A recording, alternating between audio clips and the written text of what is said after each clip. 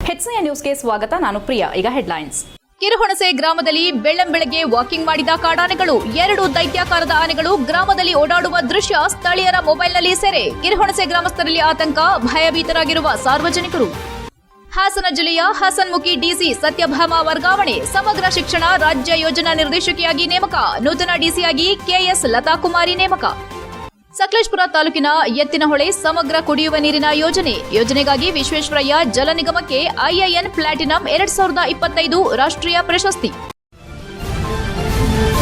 ಸಕಲೇಶಪುರ ತಾಲೂಕಿನ ಸುತ್ತಮುತ್ತ ಪ್ರತಿನಿತ್ಯ ಒಂದಲ್ಲ ಒಂದು ಮಾನವ ಹಾಗೂ ಕಾಡು ಪ್ರಾಣಿಗಳ ಸಂಘರ್ಷ ನಡೆಯುತ್ತಲೇ ಇರುತ್ತದೆ. ಸಕಲೇಶಪುರ ತಾಲೂಕು ಬೆಳಗೋಡು ಹೋಬಳಿ ಕಿರುಹುಣಸೆ ಗ್ರಾಮಕ್ಕೆ ಬೆಳ್ಳಂಬೆಳಗ್ಗೆ ಕಾಡಾನೆಗಳು ಎಂಟ್ರಿ ಕೊಟ್ಟು ಆನೆಗಳು ಡೆಡ್ಲಿ ವಾಕಿಂಗ್ ನಡೆಸಿವೆ. 2 ದೈತ್ಯಾಕಾರದ ಆನೆಗಳು ಗ್ರಾಮದಲ್ಲಿ ಓಡಾಡುತ್ತಿರುವ ದೃಶ್ಯ ಸ್ಥಳೀಯರ ಮೊಬೈಲ್ನಲ್ಲಿ ಸೆರೆಯಾಗಿದೆ. ದೈತ್ಯಾಕಾರದ 2 ಕಾಡಾನೆಗಳ ಪ್ರವೇಶದಿಂದ ಕಿರುಹುಣಸೆ ಗ್ರಾಮಸ್ಥರಲ್ಲಿ ಆತಂಕ ಉಂಟಾಗಿದ್ದು, ಸಾರ್ವಜನಿಕರು ಭಯಭೀತರಾಗಿದ್ದಾರೆ. ಗ್ರಾಮಕ್ಕೆ ಬಂದ ಆನೆಗಳ ನಡಿಗೆಯನ್ನ ಮೊಬೈಲ್ ಕ್ಯಾಮೆರಾದಲ್ಲಿ ಸಾರ್ವಜನಿಕರು ಸೆರೆ ಹಿಡಿದಿದ್ದಾರೆ. ಪದೇ ಪದೇ ಕಾಡಿನಿಂದ ನಾಡಿಗೆ ಬರುವ ಕಾಡು ಪ್ರಾಣಿಗಳಿಂದಾಗಿ ಸಾರ್ವಜನಿಕರು ಬೇಸತ್ತಿದ್ದಾರೆ. HCN news Aluru.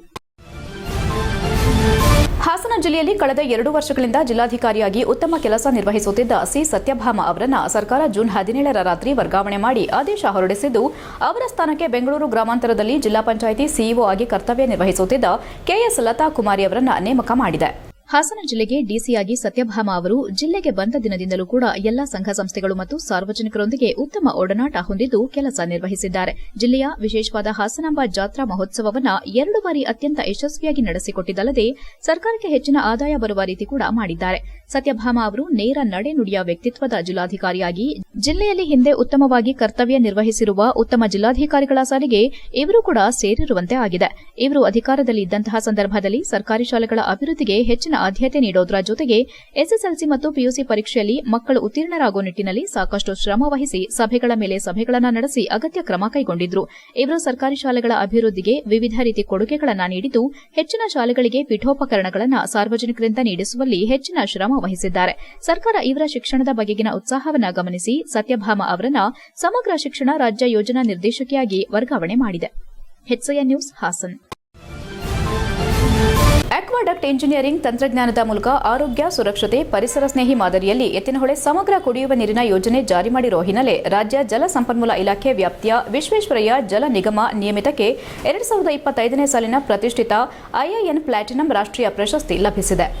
ಮೂಲ ಸೌಕರ್ಯ ಕ್ಷೇತ್ರದಲ್ಲಿ ಕೌಶಲ್ಯ ಅಭಿವೃದ್ಧಿ, ತಂತ್ರಜ್ಞಾನ ಆವಿಷ್ಕಾರಕ್ಕೆ ಆದ್ಯತೆ ನೀಡುವ ಉದ್ದೇಶದಿಂದ ರೂಪಿತವಾಗಿರುವ ಇನ್ಫ್ರಾಸ್ಟ್ರಕ್ಚರ್ ಸ್ಕಿಲ್ ಡೆವಲಪ್ಮೆಂಟ್ ಅಕಾಡೆಮಿ ಸಂಸ್ಥೆಯು ವಿಜೆಎನ್ಎಲ್ಗೆ ಕಳೆದ ಜೂನ್ 14ರಂದು ನವದೆಹಲಿಯಲ್ಲಿ ಈ ಪ್ರಶಸ್ತಿಯನ್ನ ನೀಡಿದೆ. ವಿಜೆಎನ್ಎಲ್ ವ್ಯವಸ್ಥಾಪಕ ನಿರ್ದೇಶಕರಾದ ಸಣ್ಣ ಚಿತ್ತಯ್ಯ ಹಾಗೂ ಅಧಿಕಾರಿಗಳ ತಂಡ ಮಂಗಳವಾರ ಜಲ ಸಂಪನ್ಮೂಲ ಸಚಿವರಾಗಿರುವ ಡಿಸಿಎಂ ಡಿಕೆ ಶಿವಕುಮಾರ್ ಅವರನ್ನ ಪ್ರಶಸ್ತಿ ಫಲಕದೊಂದಿಗೆ ಭೇಟಿ ಮಾಡಿ ಅಭಿನಂದನೆ ಸಲ್ಲಿಸಿದರು. ಎತ್ತಿನಹೊಳೆ ಸಮಗ್ರ ಕುಡಿಯುವ ನೀರಿನ ಯೋಜನೆಯ ಗುರುತ್ವ ಕಾಲುವೆ ಸರಪಳಿಯ 199.620 ಕಿಲೋಮೀಟರ್ನಿಂದ 110.090 ಕಿಲೋಮೀಟರ್ವರೆಗೂ ತುಮಕೂರು ಜಿಲ್ಲೆಯ ಗುಬ್ಬಿ ತಾಲೂಕಿನ ಕೇಳೂರು ಸಮೀಪ 10.47 ಕಿಲೋಮೀಟರ್ ಉದ್ದದ 3300 ಕ್ಯೂಸೆಕ್ ಸಾಮರ್ಥ್ಯದ ಬೃಹತ್ ಮೇಲ್ಗಾಲುವೆ ನಿರ್ಮಾಣ ಕಾಮಗಾರಿಯನ್ನು ವಿಶ್ವೇಶ್ವರಯ್ಯ ಜಲ ನಿಗಮ ನಿಯಮಿತದಿಂದ 2018ರಲ್ಲಿ ಆರಂಭಿಸಿ 2023ರಲ್ಲಿ ಪೂರ್ಣಗೊಳಿಸಲಾಗಿದೆ. ಎತ್ತಿನಹೊಳೆ ಯೋಜನೆಯಲ್ಲಿ ಆಕ್ವಾಡಕ್ಟ್ ಬೃಹತ್ ಮೇಲ್ಗಾಲುವೆ ಇಂಜಿನಿಯರಿಂಗ್ ತಂತ್ರಜ್ಞಾನದ ಮೂಲಕ 10.47 ಕಿಲೋಮೀಟರ್ ಉದ್ದದ ಉನ್ನತ ಗುರುತ್ವಾಕರ್ಷಣಾ ಕಾಲುವೆ ಹಾಗೂ 520 ವಿಶೇಷ ಸೇತು ಬಂಧಗಳನ್ನು ನಿರ್ಮಿಸಲಾಗಿದೆ. ಈ ಯೋಜನೆಯಲ್ಲಿ ಅವಳಿ ತೊಟ್ಟಿಗಳು, ಸರ್ವಿಸ್ ರಸ್ತೆಗಳ ಸಮನ್ವಯತೆಯಿಂದ ಕಾರ್ಯಾಚರಣೆ ದಕ್ಷತೆಗಾಗಿ ಹೊಸ ವಿನ್ಯಾಸವನ್ನು ರೂಪಿಸಲಾಗಿದೆ. 10.47 ಕಿಲೋಮೀಟರ್ ಉದ್ದದ ಬೃಹತ್ ಮೇಲ್ಗಾಲುವೆ ಕಾಮಗಾರಿಯನ್ನು ಪೂರ್ಣಗೊಳಿಸಲು 1162.69 ಕೋಟಿ ಹಾಗೂ ಭೂಸ್ವಾಧೀನಕ್ಕೆ 40.99 ಕೋಟಿ ಸೇರಿ ಒಟ್ಟು 1203.68 ಕೋಟಿ ರೂಪಾಯಿ ವೆಚ್ಚವಾಗಿದೆ. HCN news Sakleshpur. HCN ನ್ಯೂಸ್ನಲ್ಲಿ ಈಗ ಒಂದು ಪುಟ್ಟ break. Welcome to Jaya International Public School, located in a peaceful, pollution-free area near RTO B. Kartehalli, Hassan. Our experienced teachers use innovative methods to make learning engaging, providing personalized attention to each student. Each day begins with meditation and yoga for physical and mental well-being. Our assemblies combined learning and fun through inspiration, presentation. We offer specialized classes in abacus, Vedic math and presentation for NEET and JEE. The robotic labs encourages innovative, while our modern labs and well-stocked library provide the best learning tools. Beyond academics, we offer hobby classes in dance, music, karate, art, and drawing. Safety is ensured with CCTV cameras and GPS-equipped transportation. Our routine includes sports to promote fitness and teamwork. Jaya International Public School fosters excellence and joy in learning. We are also excited to announce opening of Unit 2 Jaya Techno School in the 2025-26 academic year at KSRTC Layout, Arsikere Road, Hassan, with digital classroom, high-tech lab, and innovative learning method. Visit us today and enroll now.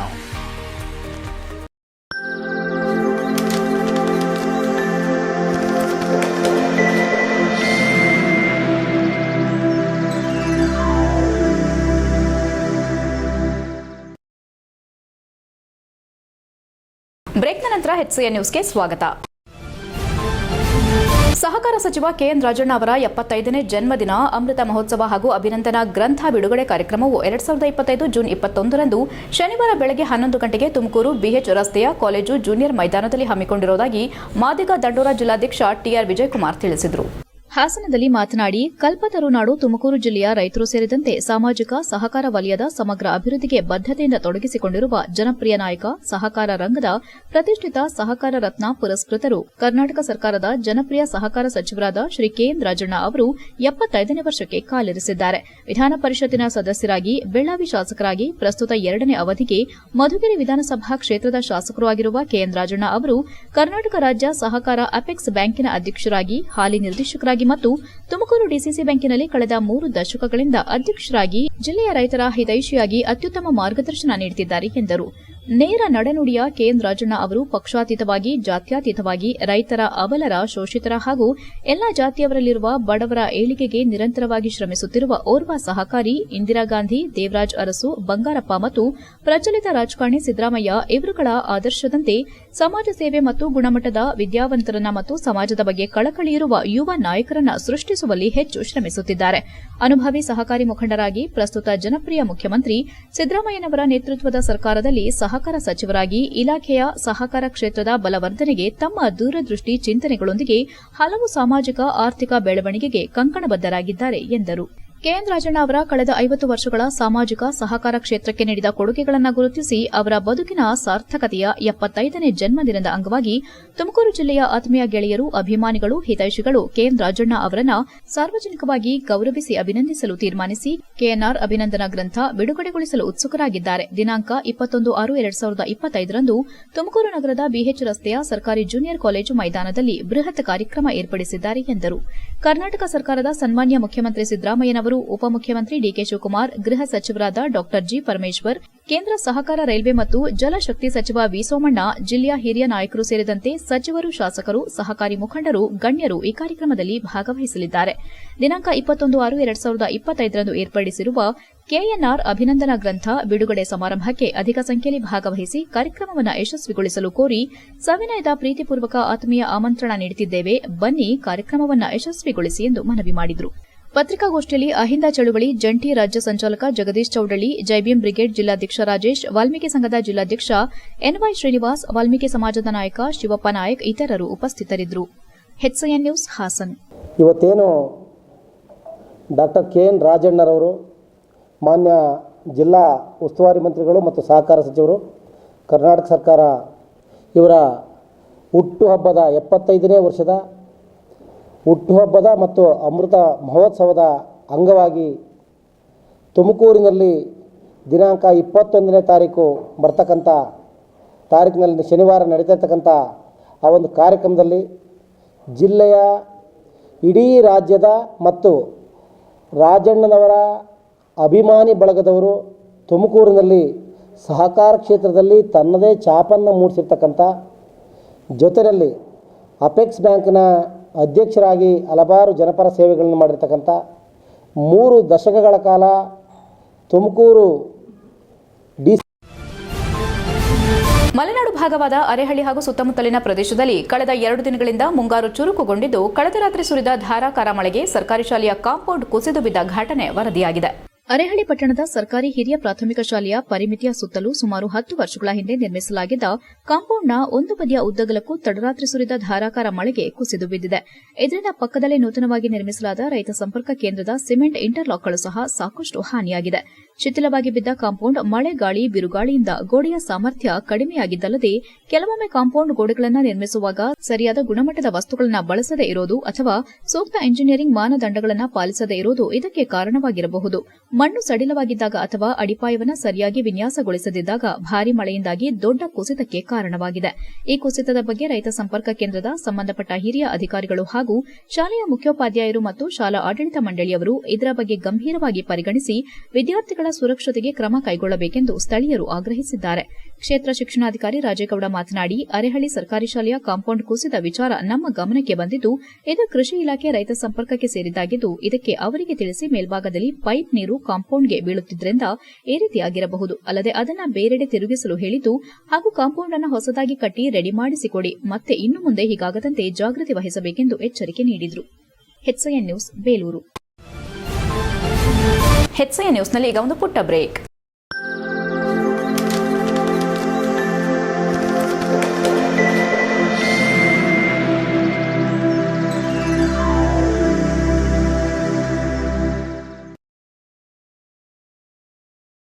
ಬ್ರೇಕ್ನ ನಂತರ HCN ನ್ಯೂಸ್ಗೆ ಸ್ವಾಗತ. ಇಡೀ ಆಲೂರು ತಾಲೂಕಿನ ಎಲ್ಲಾ ಪ್ರಾಥಮಿಕ ಶಾಲೆಗಳಿಗೆ note ಪುಸ್ತಕ ಹಾಗೂ ಬ್ಯಾಗ್ಗಳ ವಿತರಣೆ ಕಾರ್ಯಕ್ರಮವನ್ನು ಜೂನ್ 19ರ ಗುರುವಾರದಿಂದ ಹಮ್ಮಿಕೊಳ್ಳಲಾಗಿದೆ ಎಂದು ಹಂಜಳಿಗೆ ಕಾಳಿಂಗಪ್ಪ ವೆಲ್ಫೇರ್ ಅಸೋಸಿಯೇಷನ್ ಸಂಸ್ಥಾಪಕ ಹಂಜಳಿಗೆ ಮಂಜುನಾಥ್ ಕಾಳಿಂಗಪ್ಪ ತಿಳಿಸಿದರು. ಹಾಸನದಲ್ಲಿ ಮಾತನಾಡಿ, ತಮ್ಮ ಸಂಸ್ಥೆಯಿಂದ 13ನೇ ವರ್ಷದ ಉಚಿತ ನೋಟ್ ಪುಸ್ತಕಗಳು ಹಾಗೂ ಬ್ಯಾಗ್ಗಳ ವಿತರಣೆಯನ್ನು 19ನೇ ತಾರೀಕು ಗುರುವಾರದಂದು ಪ್ರಾರಂಭಿಸಲಾಗುವುದು. ಈ ವರ್ಷವೂ ಕೂಡ ಆಲೂರು ತಾಲೂಕಿನ ಎಲ್ಲಾ ಪ್ರಾಥಮಿಕ ಶಾಲೆಗಳಿಗೂ ಸುಮಾರು 30,000 ನೋಟ್ ಪುಸ್ತಕಗಳು ಹಾಗೂ ಆಯ್ದ ಶಾಲೆಗಳಿಗೆ 1,000 ಸ್ಕೂಲ್ ಬ್ಯಾಗ್ಗಳನ್ನು ವಿತರಣೆ ಮಾಡಲಾಗುತ್ತಿದೆ. ಜೊತೆಗೆ ಪ್ರತಿ ವರ್ಷದಂತೆ ಈ ವರ್ಷ ಕೂಡ ಡಿಜಿಟಲ್ ಎಜುಕೇಷನ್ಗೆ ಒತ್ತು ಕೊಡುವ ಉದ್ದೇಶದಿಂದ ಗ್ರಾಮೀಣ ಭಾಗದ ಮಕ್ಕಳು ಮೊದಲನೇ ತರಗತಿಯಿಂದಲೇ ಬೇಸಿಕ್ ಕಂಪ್ಯೂಟರ್ ಕಲಿಯುವ ಉದ್ದೇಶದಿಂದ 5 ಸ್ಮಾರ್ಟ್ ಕ್ಲಾಸ್ಗಳನ್ನು ಪ್ರಾರಂಭಿಸುವ ಗುರಿಯನ್ನ ಇಟ್ಟುಕೊಂಡು ಈಗಾಗಲೇ ಹಿರಿಯ ಪ್ರಾಥಮಿಕ ಶಾಲೆ ಕಣತೂರು, ಭೈರಾಪುರ ಹಾಗೂ ಹೊತ್ತನಹಳ್ಳಿಪುರ ಶಾಲೆಗಳಿಗೆ ಸ್ಮಾರ್ಟ್ ಕ್ಲಾಸ್ಗಳನ್ನು ಪ್ರಾರಂಭಿಸುವ ಯೋಜನೆ ಇಟ್ಟುಕೊಳ್ಳಲಾಗಿದೆ ಎಂದರು. ಇವರು ಸರ್ಕಾರಿ ಶಾಲೆಗಳನ್ನು ಉಳಿಸುವ ಮತ್ತು ಬೆಳೆಸುವ ಉದ್ದೇಶದಿಂದ ಪ್ರಾರಂಭವಾದಂತಹ ನಮ್ಮ ನಡಿಗೆ ಸರ್ಕಾರಿ ಶಾಲೆಯ ಕಡೆಗೆ ಅಭಿಯಾನದಲ್ಲಿ ಸರ್ಕಾರಿ ಶಾಲೆಗಳನ್ನು ಉಳಿಸುವ ಪಣ ತೊಟ್ಟು ಈಗಾಗಲೇ ಆಲೂರು ತಾಲೂಕಿನಲ್ಲಿ ಸಾಕಷ್ಟು ಕೆಲಸಗಳನ್ನು ಮಾಡಿದ್ದಾರೆ. ಇದುವರೆಗೂ ಇವರು ಸುಮಾರು 1 ಲಕ್ಷಕ್ಕಿಂತ ಹೆಚ್ಚು ನೋಟ್ ಪುಸ್ತಕಗಳು, 5,000 ಬ್ಯಾಗ್ಗಳು, 5 ಲಕ್ಷಕ್ಕಿಂತ ಹೆಚ್ಚು ಲೇಖನ ಸಾಮಗ್ರಿಗಳು, ಸುಮಾರು 30 ಲಕ್ಷದಲ್ಲಿ 16 ಸ್ಮಾರ್ಟ್ ಕ್ಲಾಸ್ಗಳು, 7.5 ಲಕ್ಷ ವೆಚ್ಚದಲ್ಲಿ ಆಲೂರು ತಾಲೂಕಿನ ಎಲ್ಲಾ ಪ್ರಾಥಮಿಕ ಶಾಲೆಗಳ ಕೊಠಡಿಗಳಿಗೆ ಗ್ರೀನ್ ಬೋರ್ಡ್ಗಳನ್ನು ಹಾಕಿಸಿಕೊಡಲಾಗಿದೆ. ಇದುವರೆಗೂ ಸರ್ಕಾರಿ ಶಾಲೆಗಳನ್ನು ಉಳಿಸಬೇಕು ಮತ್ತು ಬೆಳೆಸಬೇಕು ಎನ್ನುವ ನಿಟ್ಟಿನಲ್ಲಿ ಕಳೆದ 12 ವರ್ಷಗಳಲ್ಲಿ 1,30,00,000ಕ್ಕಿಂತ ಹೆಚ್ಚು ವೆಚ್ಚವನ್ನ ಮಾಡಿರುತ್ತಾರೆ. ಈ ವರ್ಷ ಏಪ್ರಿಲ್ ತಿಂಗಳ 11ನೇ ತಾರೀಕು ಸರ್ಕಾರಿ ಹಿರಿಯ ತರಬೇತಿ ಕೇಂದ್ರ ಕಾಲೇಜಿಗೆ ಅತ್ಯಾಧುನಿಕ ತಂತ್ರಜ್ಞಾನದ CNC ಲ್ಯಾಬ್ ಹಾಗೂ ಸಿಮ್ಯುಲೇಷನ್ ಲ್ಯಾಬ್ಗಳನ್ನು 46 ಲಕ್ಷಗಳ ವೆಚ್ಚದಲ್ಲಿ ಮಾಡಿಕೊಡಲಾಗಿದೆ ಎಂದರು. ಇನ್ನು ಗ್ರಾಮೀಣ ಭಾಗದ ಪ್ರೌಢಶಾಲೆಯಲ್ಲಿ ಓದುತ್ತಿರುವ ಅಗತ್ಯ ಇರುವಂತಹ 10 ವಿದ್ಯಾರ್ಥಿನಿಯರನ್ನ ಗುರುತಿಸಿ ಮುಂದಿನ ವಾರ ಸೈಕಲ್ಗಳನ್ನು ವಿತರಣೆ ಮಾಡುವ ಉದ್ದೇಶ ಹೊಂದಲಾಗಿದ್ದು, ಮುಂದಿನ ವಾರ ಈ 10 ಸೈಕಲ್ಗಳು ಹಾಸನದಲ್ಲಿ ವಿತರಣೆ ಮಾಡಲಾಗುತ್ತದೆ ಎಂದು ತಮ್ಮ ಸೇವಾ ಚಟುವಟಿಕೆ ಬಗ್ಗೆ ಮಾಹಿತಿ ನೀಡಿದರು. ಪತ್ರಿಕಾಗೋಷ್ಠಿಯಲ್ಲಿ ಸಂಸ್ಥೆ ನಿರ್ದೇಶಕರಾದ ಹಲಸೂರು ಕಾಂತರಾಜು, ದಾಸೇಗೌಡ, ಸತೀಶ್ ಇತರರು ಉಪಸ್ಥಿತರಿದ್ದರು. HCN news Hassan. ಈ ವರ್ಷ ಕೂಡ ನಮ್ಮ ಸಂಸ್ಥೆಯಿಂದ ಅಂಜಳಿಗೆ ಕಾಳಿಂಗಪ್ಪ ವೆಲ್ಫೇರ್ ಸಂಸ್ಥೆಯಿಂದ 13ನೇ ವರ್ಷದ ಉಚಿತ ನೋಟ್ ಪುಸ್ತಕಗಳು ಮತ್ತು ಬ್ಯಾಗ್ಗಳ ವಿತರಣೆಯನ್ನು ನಾಳೆ ನಾವು ನಮ್ಮ ಆಲೂರು ತಾಲೂಕಿನ ಎಲ್ಲ ಪ್ರಾಥಮಿಕ ಶಾಲೆಗಳಿಗೆ ಪ್ರಾರಂಭಿಸುತ್ತಿದ್ದೇವೆ.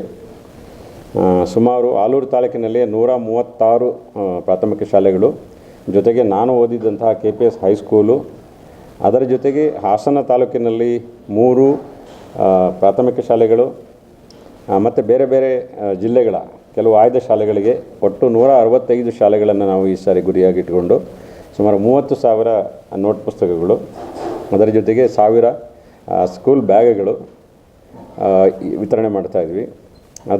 ಅದರ ಜೊತೆಗೆ ಪ್ರತಿ ಸಾರಿಯಂತೆ ಡಿಜಿಟಲ್ ಎಜುಕೇಷನ್ಗೆ ಒತ್ತು ಕೊಡುವ ಉದ್ದೇಶದಿಂದ ಸರ್ಕಾರಿ ಶಾಲೆಯಲ್ಲಿ ಓದುವಂಥ ಮಕ್ಕಳು ಪ್ರಭಾವಿ ವ್ಯಕ್ತಿಗಳ ಒತ್ತಡಕ್ಕೆ ಮಣಿದು 6 ದಶಕಗಳಿಂದ ವಾಸವಿರುವ ಸ್ಥಳೀಯ ಬಡ ವ್ಯಕ್ತಿಗಳಿಗೆ ತಾಲೂಕು ಕಂದಾಯ ಅಧಿಕಾರಿಗಳು ಕಿರುಕುಳ ಕೊಡುತ್ತಿದ್ದಾರೆ ಎಂದು ಕೃಷಿಕರಾದ ಬಿರಡಹಳ್ಳಿ ಕೃಷ್ಣಪ್ರಸಾದ್ ಹೇಳಿದ್ದಾರೆ.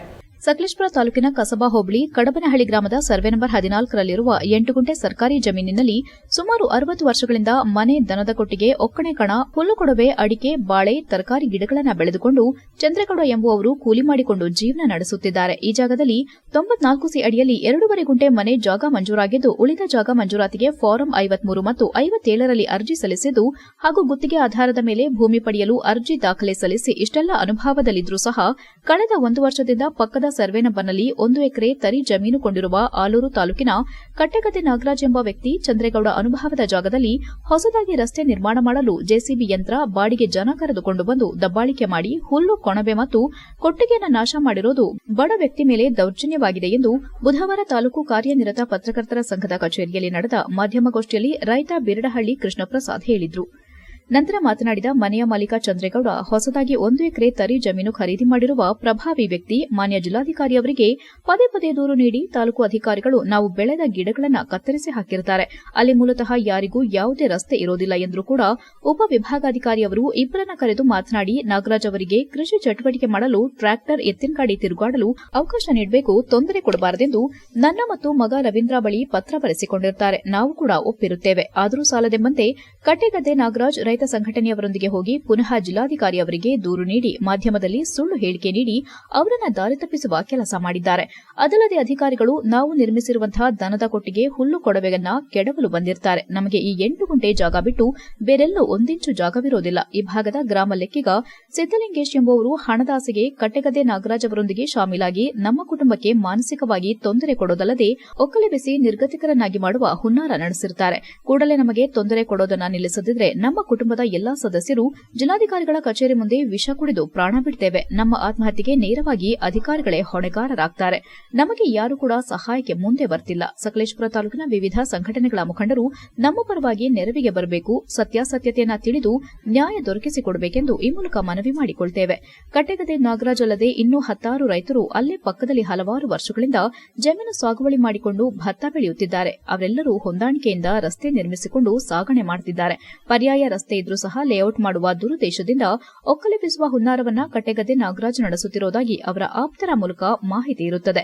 ಅಧಿಕಾರಿಗಳು ಇಂತಹ ವ್ಯಕ್ತಿಗಳ ಒತ್ತಡಕ್ಕೆ ಮಣಿದು ನಮ್ಮ ಅನುಭವದ ಭೂಮಿಯನ್ನ ಕಸಿದುಕೊಳ್ಳಬಾರದೆಂದು ಈ ಮಾಧ್ಯಮದ ಮೂಲಕ ಮನವಿ ಮಾಡುತ್ತೇವೆ ಎಂದರು. ಪತ್ರಿಕಾಗೋಷ್ಠಿಯಲ್ಲಿ ರವೀಂದ್ರ, ಸುಶೀಲಾ, ಉದೇಶ್, ಪ್ರೇಮ ಉಪಸ್ಥಿತರಿದ್ದರು. HCN news, Sakleshpur.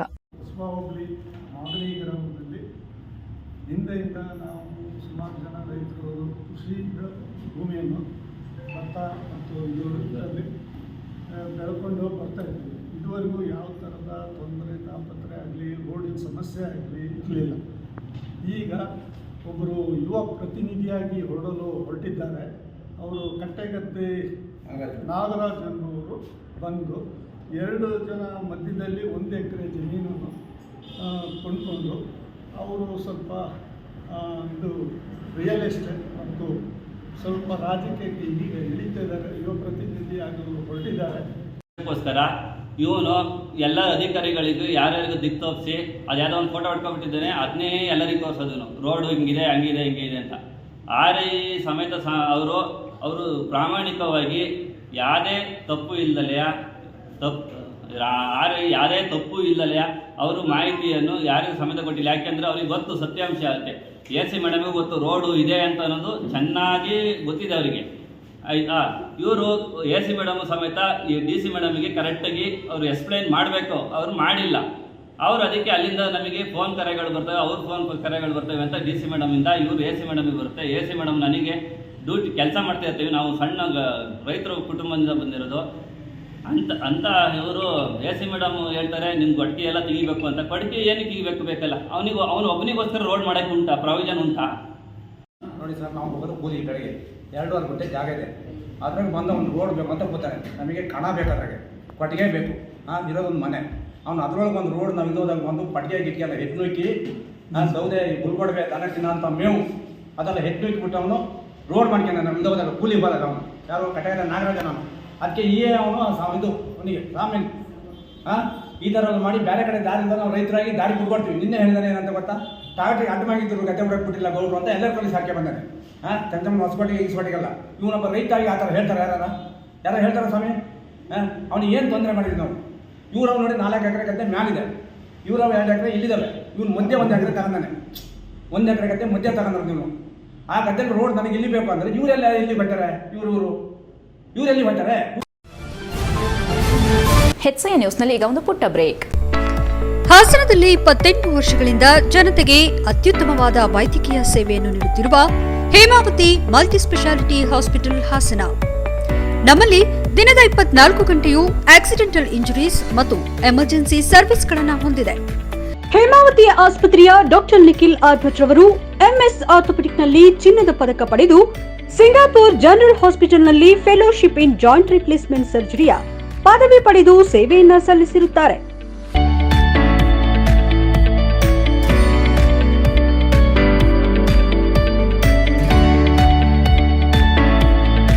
ನಮ್ಮಲ್ಲಿ ಆಂಬ್ಯುಲೆನ್ಸ್ ಸೇವೆಯೂ ಲಭ್ಯ. ಇನ್ನೇಕೆ ತಡ, ನೀವು ಯಾವುದೇ ಮೂಳೆ ಸಮಸ್ಯೆ ಹೊಂದಿದ್ದರೆ ಹಿಂದೆ ಭೇಟಿ ನೀಡಿ.